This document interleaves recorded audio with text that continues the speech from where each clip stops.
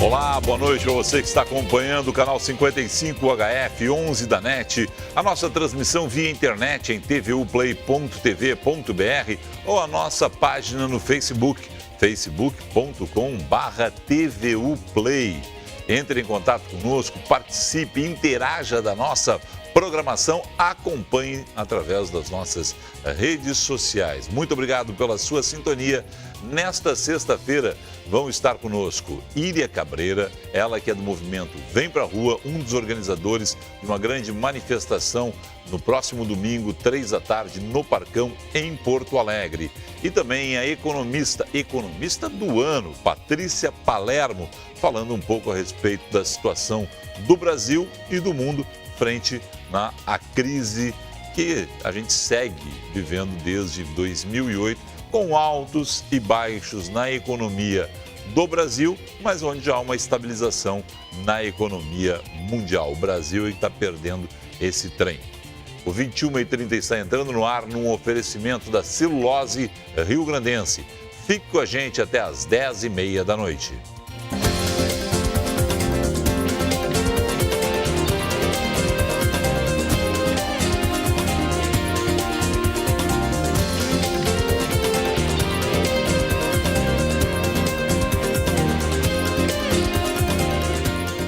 Próximo domingo, manifestação no Parcão, conosco Íria Cabreira do Vem Pra Rua. Íria, prazer te ter aqui essa noite, boa noite. Prazer, boa noite. Qual é a pauta de reivindicações do próximo domingo? Qual é a pauta da manifestação do próximo domingo? Bom, né, é difícil escolher uma pauta diante dos acontecimentos, né? A gente praticamente acaba sendo atropelado por todos esses assuntos e é difícil a gente conseguir filtrar para achar uma pauta que seja realmente mais urgente, porque tem tanta coisa acontecendo. No passado recente, a pauta era fora Dilma. Sim. Tinha gente fora Dilma e fora Temer, era fora a chapa completa, Sim. mas vamos lá. Mas centrava na figura da presidente. Vai ter fora Temer, por exemplo, agora? Não, não vai, e não que se concorde com o que está acontecendo. A gente está sempre dizendo, nós não colocamos o Temer lá, mas ele foi uma consequência do nosso sistema constitucional. Ele era o vice e ele assumiu, até que surja realmente um momento que se justifique. A gente só por discordância agora não está na pauta, mas não que a gente concorde e que apoie todas as coisas que estão acontecendo com ele. As denúncias de corrupção no entorno do presidente não são suficientes? No entorno, as denúncias de corrupção, por enquanto, são... No momento que tiver a denúncia e que tiver provas, que tiver alguma coisa mais contundente, qualquer momento, com certeza, vai atrás. Se cair a chapa, por exemplo, vai ser imediato, ele vai sair e a gente apoia isso, mas não existe um movimento fora Temer, porque a gente não considera que exista um fato no momento que apoie isso. Aí até uma discordância. Como é que está isso? Assim, porque eu acompanho pelas redes sociais essa questão, né? Muita gente provoca, né? Uhum. Onde é que está o pessoal das panelas? Onde é que o Temer está pior que a Dilma? Tem mais acusações contra o Temer que contra a Dilma, né? O governo está pior que o governo da Dilma, né? É uma forma de provocar, né? Como é que vocês recebem isso? Bom, é que eles acham que a gente não está fazendo nada, né? A gente trabalha há muito tempo, todos nós temos o nosso trabalho. São empresários, profissionais liberais que estão usando do seu tempo até às vezes em detrimento, né, das suas funções, e cada manifestação dessa ou todo o que se faz nas redes sociais para tentar informar, isso é muito importante, né? Mas enquanto a gente não tirar o que tem em redor do presidente, a gente pode botar a Madre Teresa, se ela estivesse ali, e não vai mudar. Se a gente não fizer uma limpeza agora, por isso a Lava Jato é o nosso foco principal. Assim. Apoio à Lava Jato continua sendo a pauta principal? Sendo a pauta principal. A gente está dividindo mais ou menos em dois pilares. O fim da impunidade. Tá. Porque enquanto a gente não acabar a impunidade, não interessa se vai ser o presidente, o senador, o Congresso inteiro, todos vão continuar nessa cadeia. Então, para o fim da impunidade, a gente tem que pedir celeridade no STF, eles precisam ser julgados, isso não pode ficar por anos até que isso se perca. A gente precisa acabar com o foro privilegiado, porque fica muito fácil, virou um aquartelamento de pessoas que vão para lá para o Congresso, têm um cargo e nunca mais vão ser julgados por nada. Isso, a gente já está num caminho, acredito que bem rápido a gente vai conseguir. Você acha, vamos pontuar aqui, foro privilegiado, tem projetos, eu inclusive conversei com o senador Randolfo Rodrigues, da Rede, essa semana na Rádio Guaíba, né? Quando passou o projeto, avançou, melhor dizendo, a pauta dentro do Senado. Pode ir daqui a um tempo para a votação no Senado. O projeto é do senador Álvaro Dias, sim, PV do Paraná, né? Mas eu não vejo, sinceramente, acho que até no Senado, 81, a gente consegue fazer pressão e eles aprovarem o fim de foro privilegiado. É pouca gente. Agora, na Câmara, onde tem 513 para se espalhar, sabe, para conseguir votar uma maioria como essa, você acredita que a gente consiga fazer tanta pressão para acabar com essa pouca vergonha? Eu não sei se as pessoas têm uma ideia, são mais de 22 mil cargos tem gente que fala em 26 mil, com direito a foro privilegiado no Brasil. É uma vergonha, não tem no planeta algo parecido. E, se não me engano, tem quase 30 mil processos na lista para o STF julgar. Isso quer dizer, eles não vão julgar, porque não vai dar tempo. Mas, respondendo a tua pergunta, era isso que a gente ouvia quando a gente pediu o impeachment. Vocês acreditam que vão conseguir o impeachment? Então, essa pergunta de não é possível, vocês acham que sim? Sim, a gente achava que sim, por isso a gente foi para a rua. A gente acha que sim, por isso a gente está voltando para as ruas. Para as ruas. Estava com saudade das ruas? Ah, estava. Porque isso toma conta da gente de uma forma...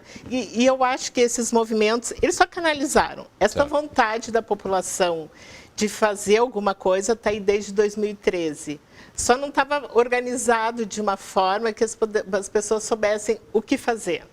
E os movimentos de rua, tanto Vem Pra Rua, o MBL, eles vieram só para canalizar, para dar o tom, assim, para dar uma agenda.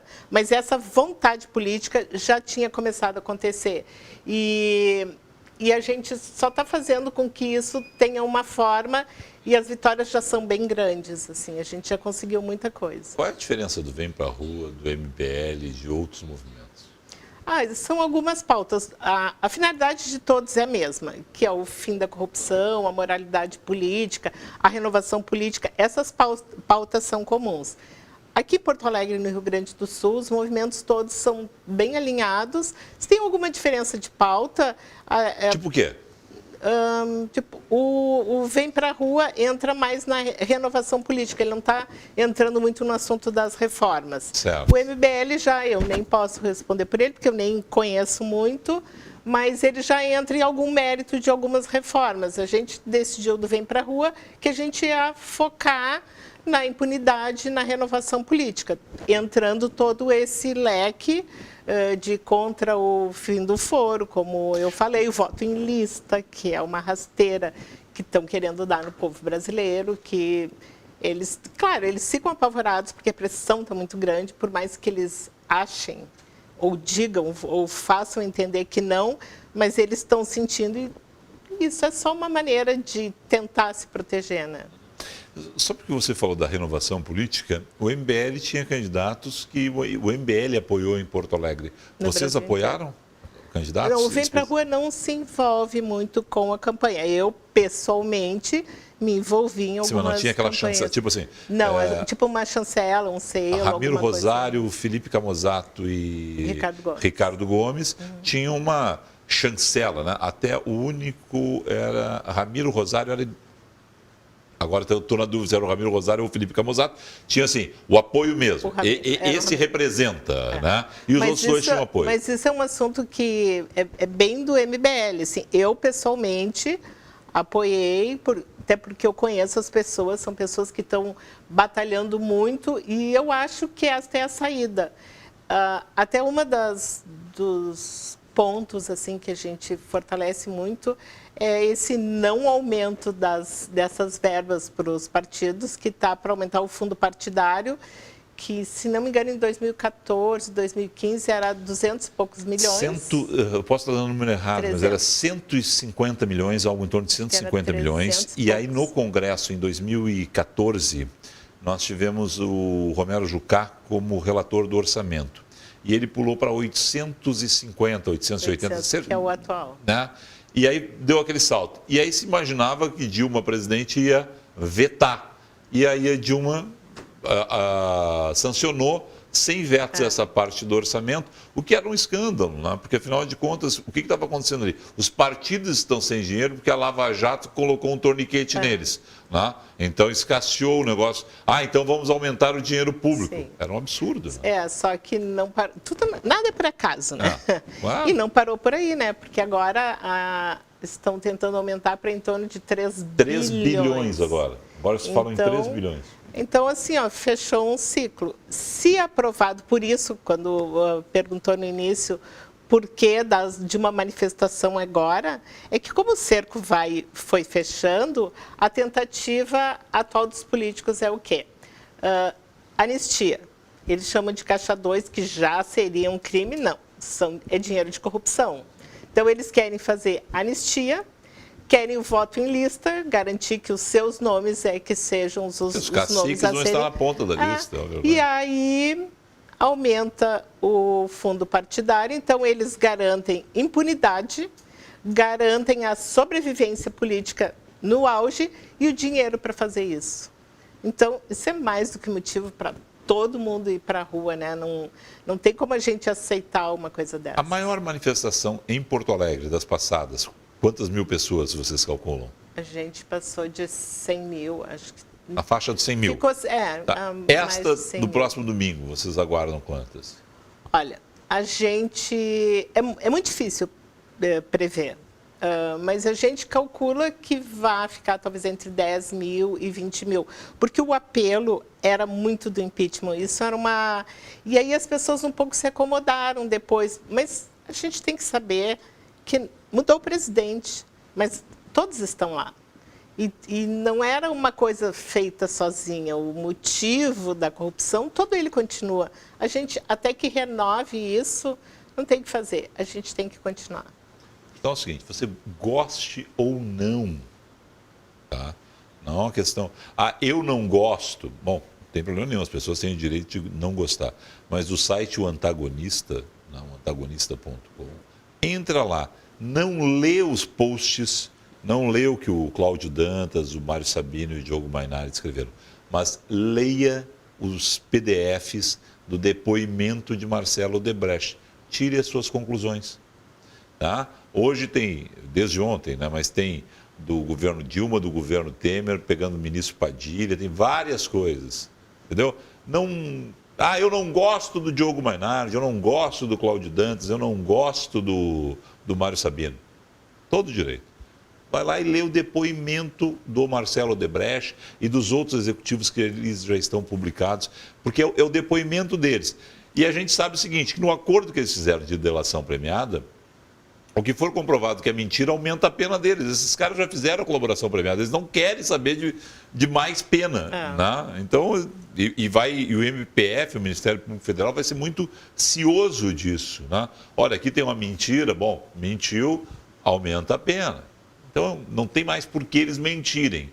Já estão na cadeia, já passaram pela cadeia, alguns já estão livres. O Marcelo Odebrecht está indo para o 2º ano já, né? Já passou o 1º ano de cadeia, está mais 1 ano e 5, 6 meses que ele está lá. Então, é uma situação, né, que vai lá e lê e tira as suas conclusões. Está no site da Folha, está em outros sites, mas como foi o antagonista que deu primeiro, estou fazendo a propaganda. Até porque eu conversei hoje com o Diogo Mainardi também, né, e foi um papo interessante. Né, olha, a gente está publicando o que está chegando para a gente, vai publicar também do governo Temer, vai publicar de todo mundo, está chegando, não vai atrapalhar a investigação, vamos publicar. Mas tomei tempo da tua entrevista. 10 a 20 mil pessoas. Esse é um público estimado.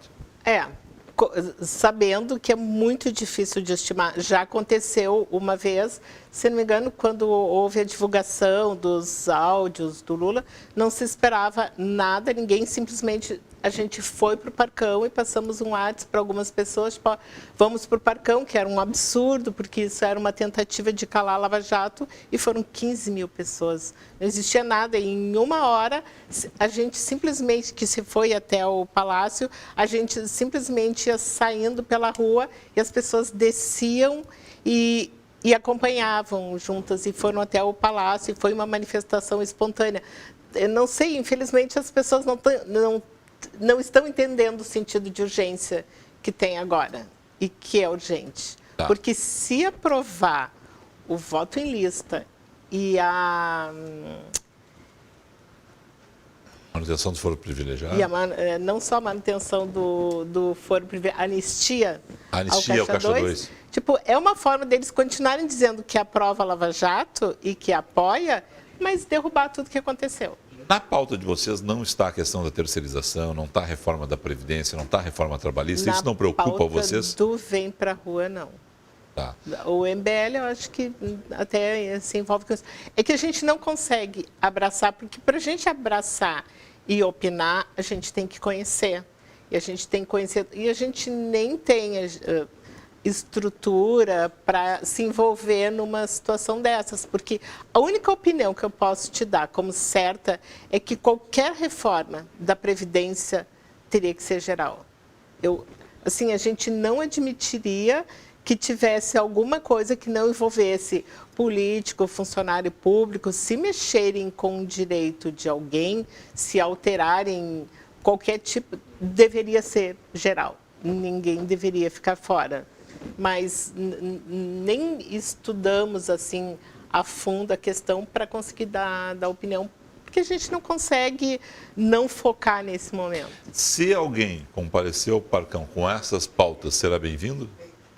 Acho que cada um tem seus direitos, assim, o fórum, a rua é feita para isso também, para que cada um se sinta no direito. Não vai ser uma pauta oficial, talvez não vá para o caminhão essa pauta, mas se alguém quiser levar a sua faixa, quiser se manifestar, quiser conversar, assim como nas redes sociais, faz a tua campanha. Por isso, a gente está brigando, a gente quer um país de primeiro mundo, a gente tem que ser povo de primeiro mundo. Sem conhecimento, sem informação, sem divulgação, sem união, a gente vai continuar sendo o terceiro mundo. Se tiver fora Temer também, sem problema nenhum. Se as pessoas não atrapalharem o andamento da manifestação com a sua pauta particular, porque não é uma pauta oficial, a pessoa quer levar a sua faixa, quer se manifestar, é um direito que ela tem. Ninguém vai proibir alguém de usar. Ainda bem que é um direito, né? Porque afinal de contas a livre manifestação é um direito que exatamente, tem que ser assegurado e assegurado mesmo, ainda mais uma manifestação como essa. Que é pública, que vocês pretendem pacífica e pública. A gente dá a nossa opinião, a opinião que a gente sentiu, até porque só no movimento nacional já tem 500 mil convidados no movimento nacional dentro da página do Vem Pra Rua. Então, a gente acompanha, a gente lê sempre. Ontem à noite a gente fez um mutirão e a gente perguntou, por exemplo, o que você quer gritaria? E eu vou dizer, a gente não chegou a tabular, mas as pessoas querem Lula na cadeia, querem políticos na cadeia. A indignação é muito grande, assim, de realmente querer mudar e querer moralizar. Tomara que a gente consiga um dia... A gente vai conseguir, a gente não sabe se demora mais. E eu acho que tem uma situação que é óbvia, mas é o seguinte, 2018 está aí, a gente não sabe o que vai acontecer até 2018. Mas teremos uma eleição em 2018. Pensa 150 mil vezes antes de votar. Pensa 150, quem é que te representa? Eu sou contra a terceirização, esse cara me representa. Eu sou contra a corrupção disso aqui, esse cara me representa. Eu sou a favor da reforma da Previdência, esse cara me representa. Eu sou contra a reforma da Previdência, esse cara me representa. Tem representante para todo mundo. E mais do que pensar... Mas estuda. Pesquisa. Exato, estuda, pesquisa, estuda a figura, sabe? Eu sou a favor da reforma trabalhista, tem alguém que vai defender. Sou contra, tem alguém que vai defender.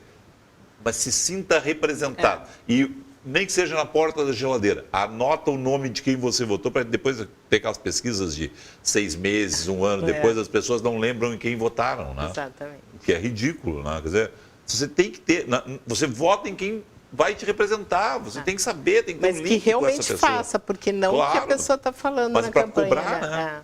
É por isso, até avançando aqui, que eu sou totalmente a favor do voto distrital. O sujeito tem que ir no distrito pedir o voto.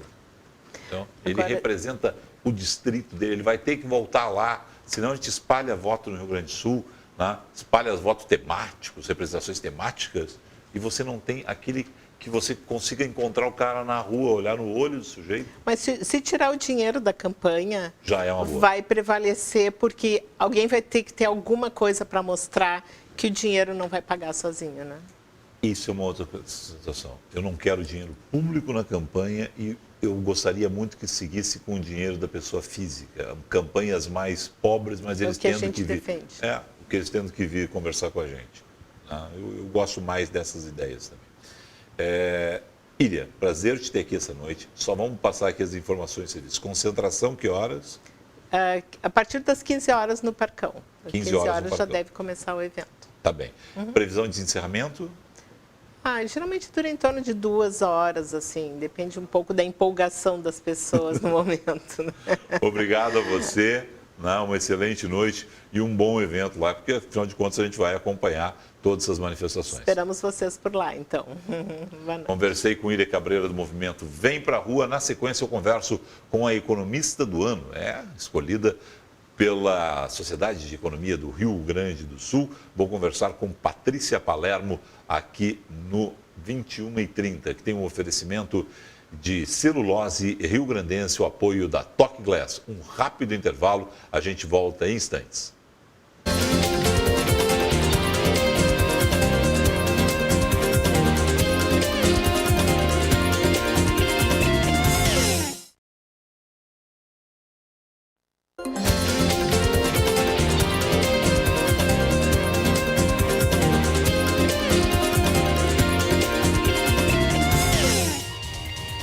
Comigo essa noite, a economista do ano, e eu errei no bloco passado, ela é economista do ano do Conselho Regional de Economia. Patrícia Palermo finalmente está aqui para conversar conosco. Que faz uns 4, 5 meses que foi eleita? Foi em dezembro, mais ou menos uns 3 meses. Tinha uma foto tua, da Simone, presidente, da Rosane de Oliveira. Aí eu digo assim, nós temos que levar a Patrícia lá, rapaz, para conversar um pouco. E que dificuldade. Não, e é uma alegria, né, para mim, para a FEComércio, para nós estarmos aqui hoje nessa conversa que nós vamos ter.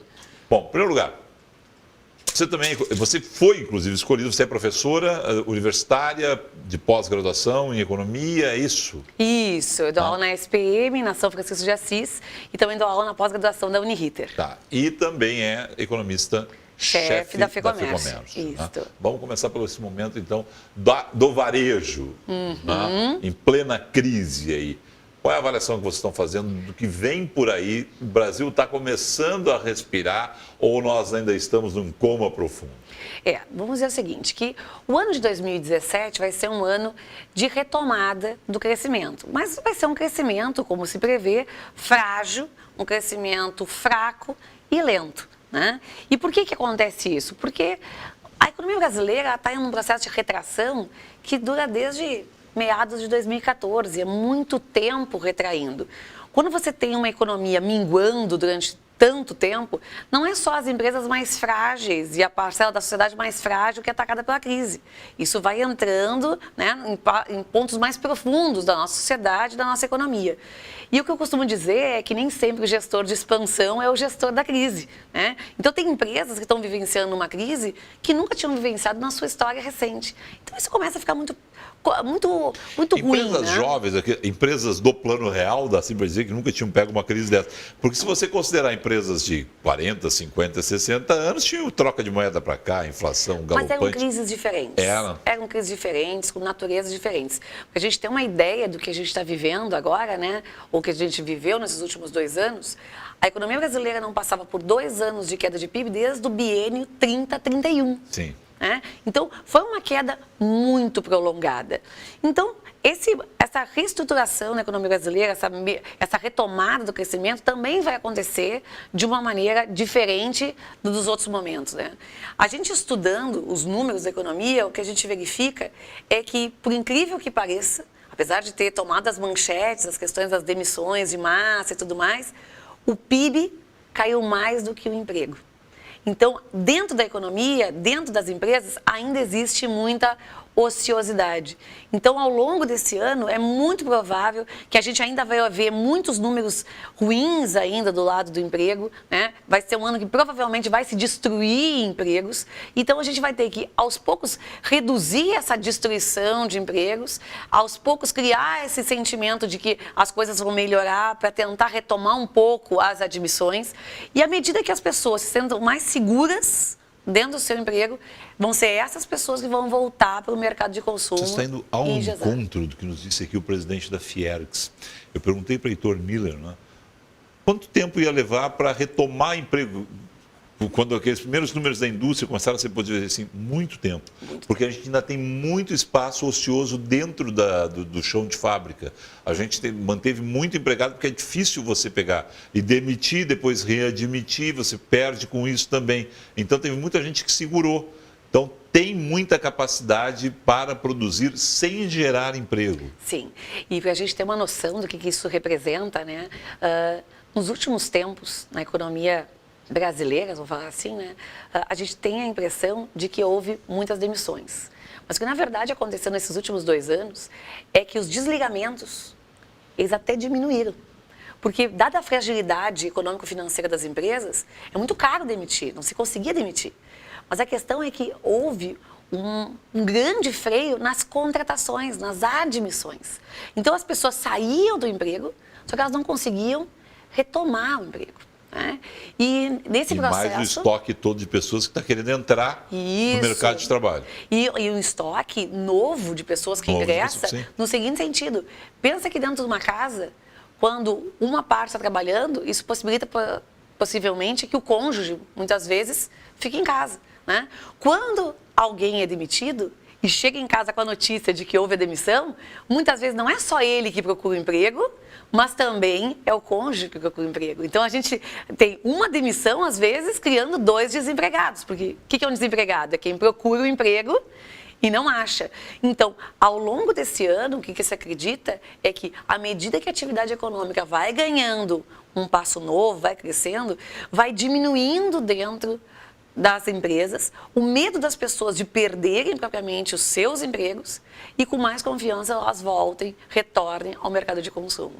Outra coisa que deve ajudar bastante a economia brasileira ao longo desse ano é o processo de desinflação que nós estamos vivendo.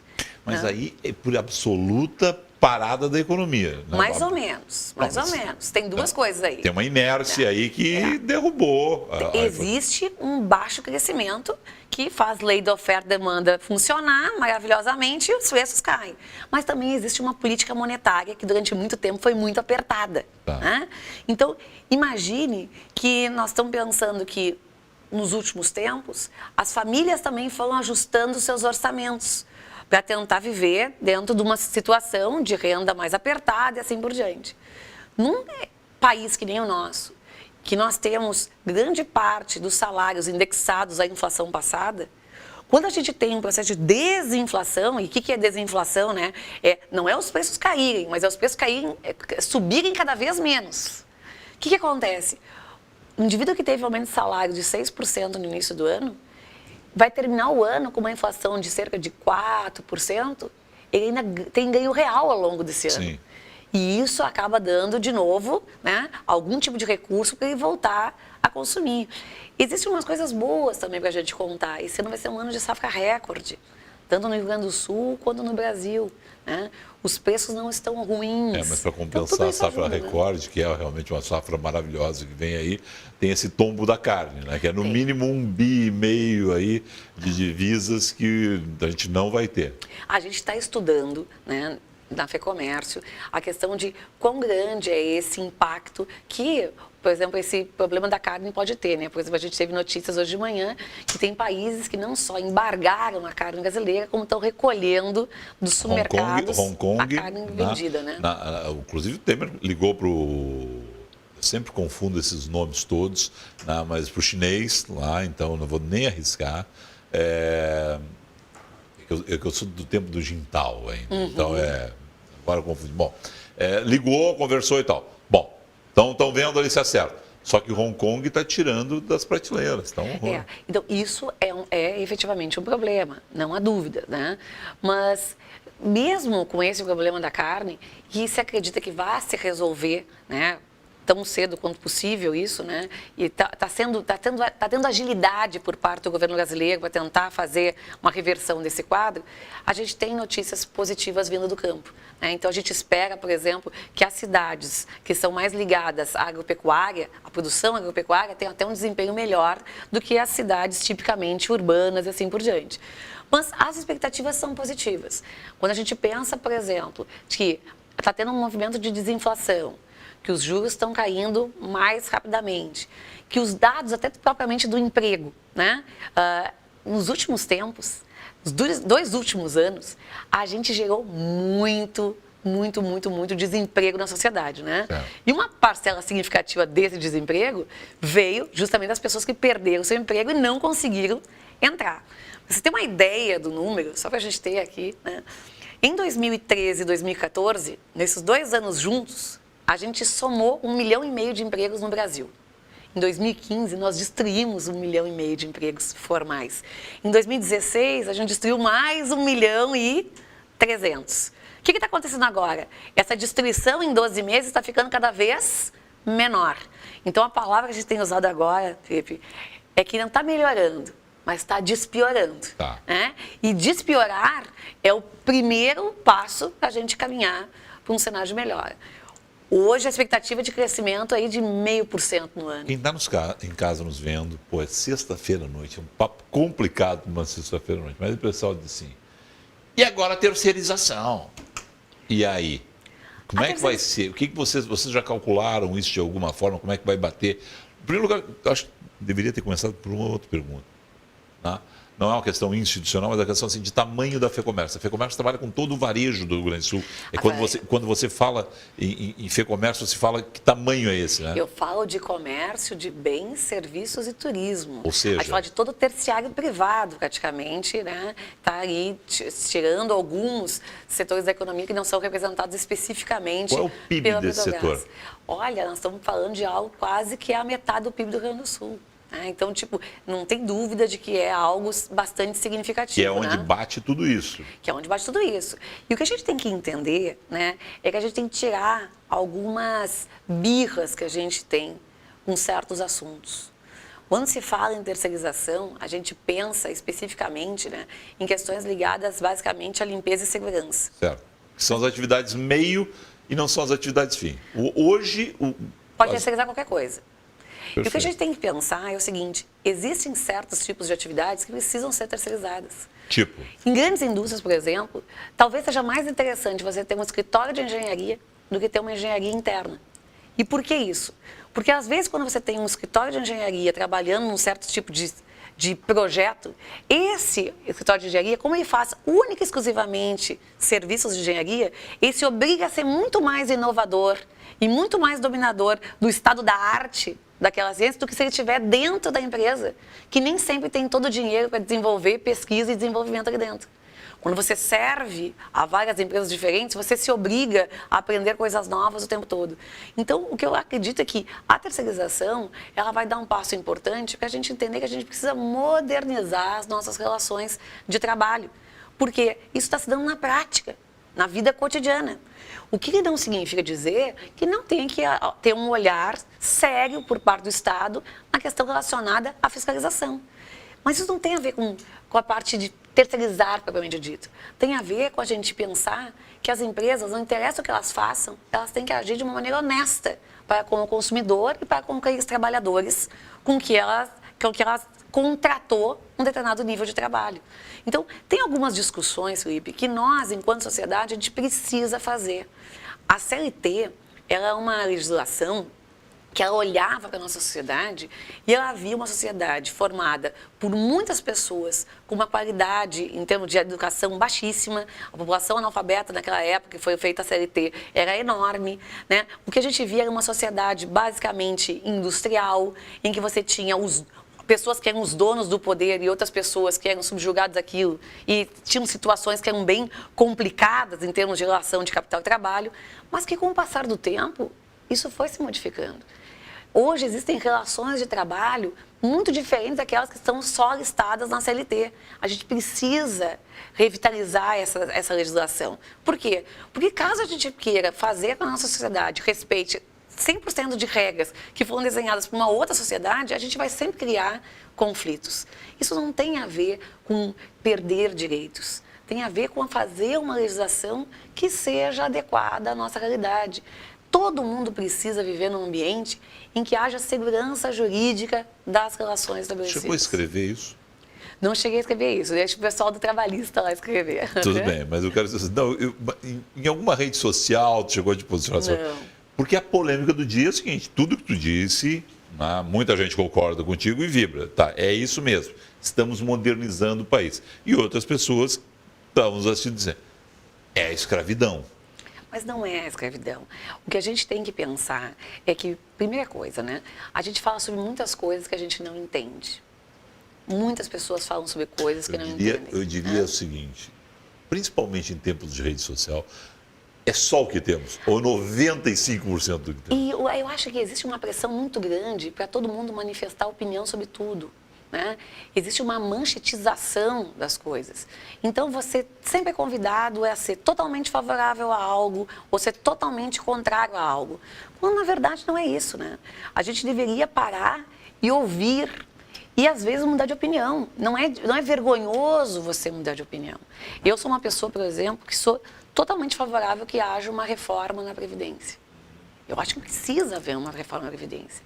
Eu acho que esse recuo que houve em tirar os servidores estaduais e municipais da reforma foi um problema. Isso enfraquece a reforma. Não quer dizer que eu acho que a reforma como um todo ela seja perfeita. Eu acho que tem pontos que têm que ser mudados. Por exemplo? Né? Por exemplo, eu acho que a própria regra de transição, quando ela estabelece lá uma data de limite de 45 anos para as mulheres, 50 anos, a gente tem que pensar que tem uma pessoa que vai faltar um dia para fazer os 45 anos, um dia para fazer os 50 anos. Né? E será que esse um dia pode ser tão determinante de mudança? Será que a gente não podia fazer uma regra que fosse um pouquinho mais suavizada? Né?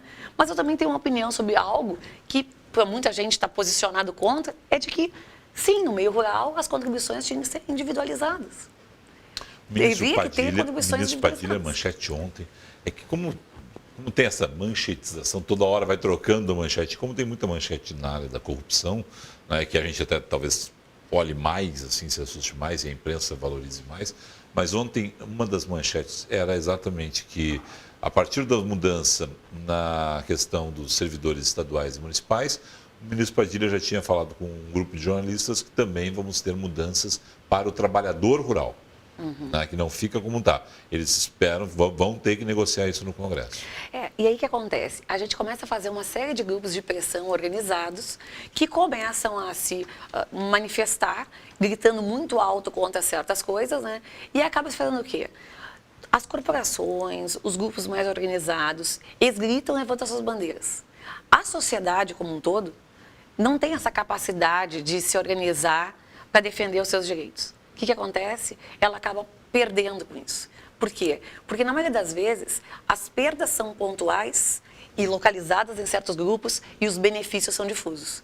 Esses grupos que vão fazer ter as suas perdas, eles se organizam para se defender e impedem que nós, enquanto sociedade, recebamos esses benefícios difusos. A gente não olha o todo e o futuro. Não, a gente tem uma dificuldade muito grande. A gente olha o da gente.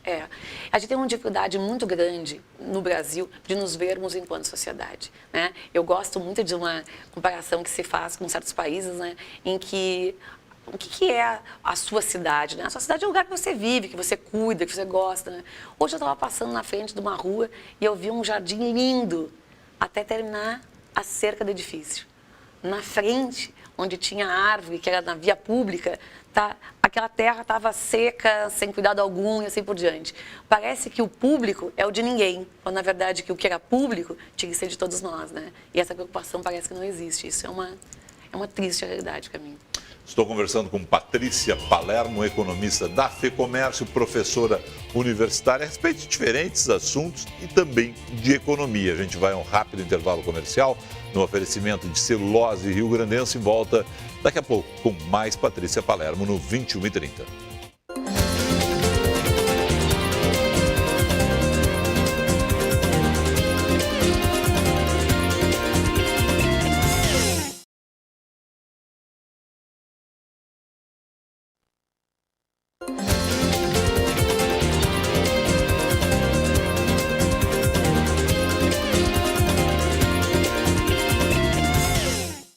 Recebo nesta noite a economista do ano, Patrícia Palermo, ela que foi escolhida pelo Conselho Regional de Economia. Patrícia, só para fechar a questão da terceirização, né? Você falou com muita clareza sobre o assunto, mas tem gente que tem expectativa de trocar.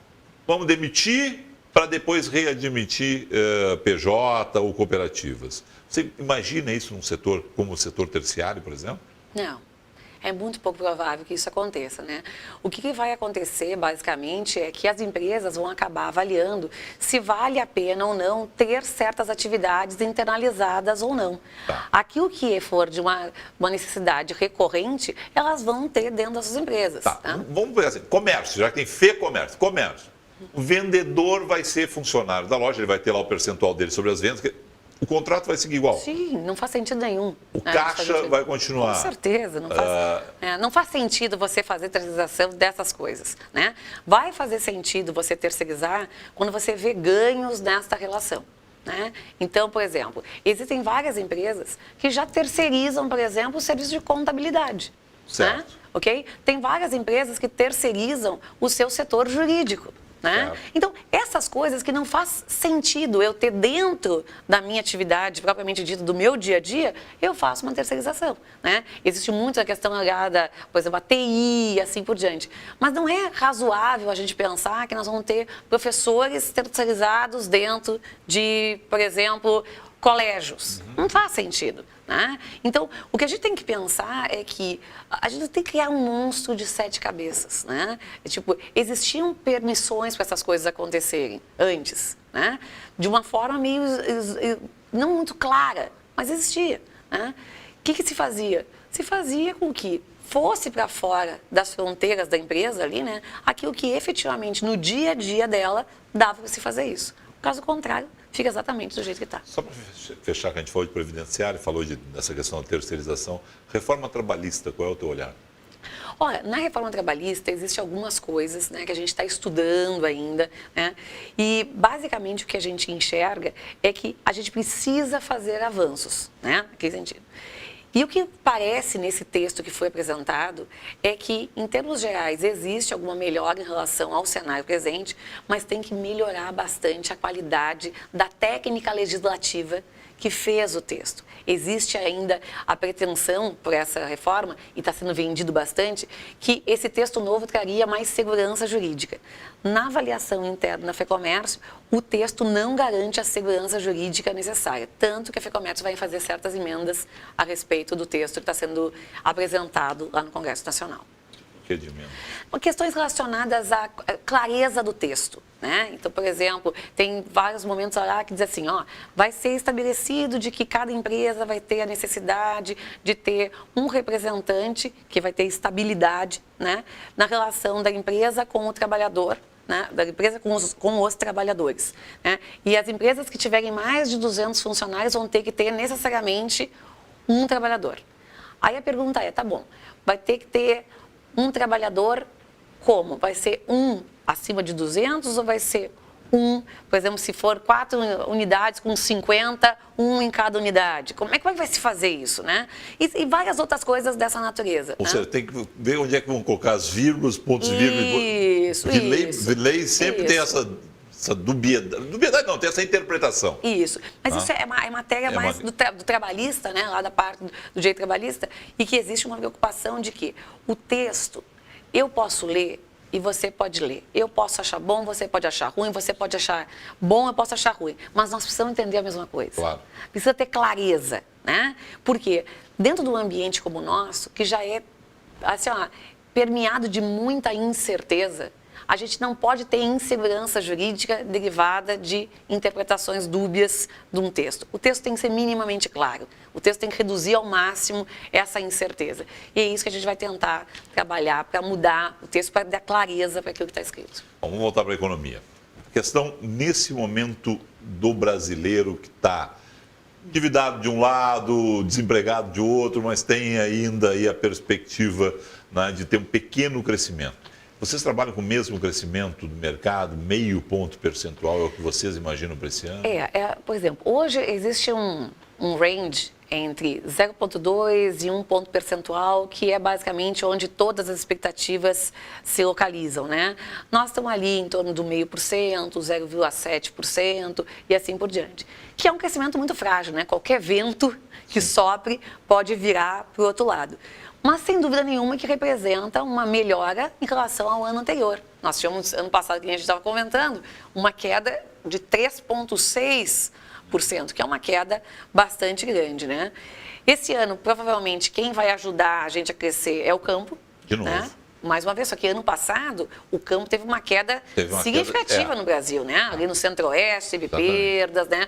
E o setor terciário, que era o setor de serviços especificamente, né? Que era um setor que sempre foi muito dinâmico, porque a gente fala assim, a indústria é geradora de emprego e renda. Não. A maior parte do PIB brasileiro, 72% do PIB brasileiro vem do setor de serviços. Então, quando o setor de serviços trava, a economia brasileira, de uma certa forma, trava também. Então, esse ano, aos poucos, a gente vai ver um processo de recuperação. Se espera que a indústria até inaugure esse processo de recuperação. A gente tem notícias boas vindo aqui do Vale dos Sinos, né? A gente viu aqui os calçadistas estão vindo bem. Teve a FIMEC recentemente aqui, se falou bastante bem do desempenho de que foi a feira. Então, ao longo desse ano, as perspectivas são de melhora. Mas o consumidor e o trabalhador, ambos têm que agir com o quê? Com cautela, né? O trabalhador tendo a consciência de que, sim, ele tem que trabalhar buscando aumentar a sua produtividade para que ajude a sua empresa a se recuperar. Eu tenho dito muito, Felipe, nas empresas, né, que eu vou visitar, nas palestras que a gente dá em nome da FEComércio, né, dizendo o seguinte, olha, a crise existe para todos. Mas cada empresa é responsável, em parte, também pelo seu sucesso ou pela sua própria crise, né? Então, nós temos que levantar todos os dias de manhã e trabalhar para fazer um dia melhor do que o dia de ontem. E todo mundo é responsável por isso. A moça do caixa, o rapaz que vende, o moço que empacota, todo mundo faz parte desse jogo, né? Do outro lado, a gente tem um consumidor, como tu mesmo dissesse, que muitas vezes está endividado, está com uma renda menor e que se acha a bolachinha última do pacote.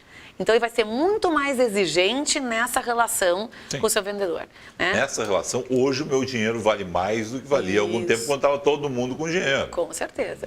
Então, a postura tem que ser diferente. A postura das empresas tem que ser diferente, porque depois de tantos anos crescendo, e a gente cresceu muito tempo ininterruptamente, né? Muitas empresas esqueceram de saber vender, porque elas estavam sendo literalmente compradas. Só a questão da crise de 2008, crise do subprime. O Brasil embarcou os governos, e aí vou pegar o governo Dilma e o governo Temer também diz isso de vez em quando, é o seguinte, a crise internacional. O mundo já voltou a crescer. Né? Dos 20 maiores países do mundo, 18 cresceram, menos Brasil e Rússia. Né? Também. Também. Né? Se pegar a América do Sul, é Brasil, Venezuela, né? Que está ali muito mal os dois.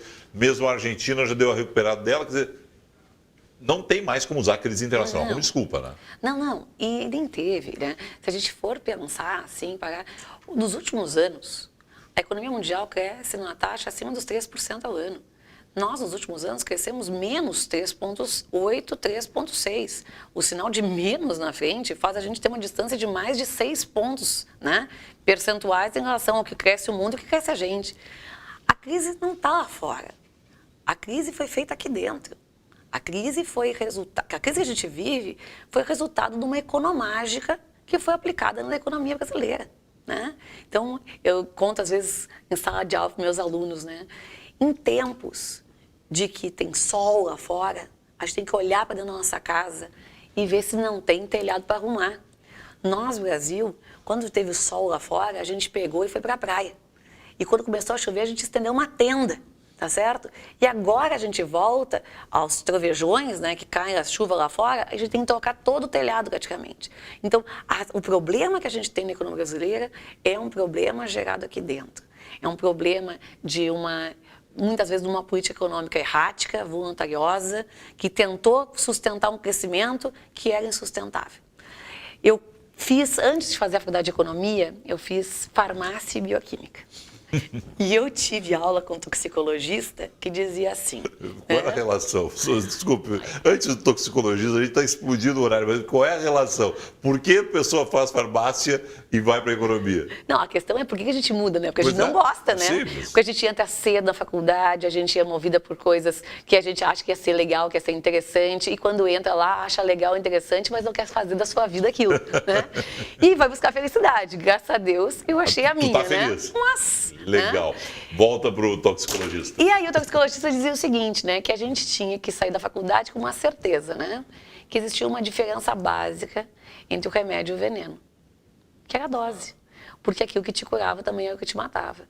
Então, vamos pegar lá a crise de 2008, 2009, né? O governo, sabiamente, em 2008, 2009, ele aplica umas doses de um remédio que é importantíssimo para a economia brasileira se recuperar. Tá. Então, o governo Lula, o Henrique Meirelles no Banco Central, brigando com todo mundo, mas impondo a política monetária. Mas eles fazem coisas bacanas. Okay. Houve cai os juros naquele momento, aumenta o gasto público, diminui a tributação. Ok, só que aquilo é uma dose forte que tem que ser dada para uma crise aguda que está se vivendo.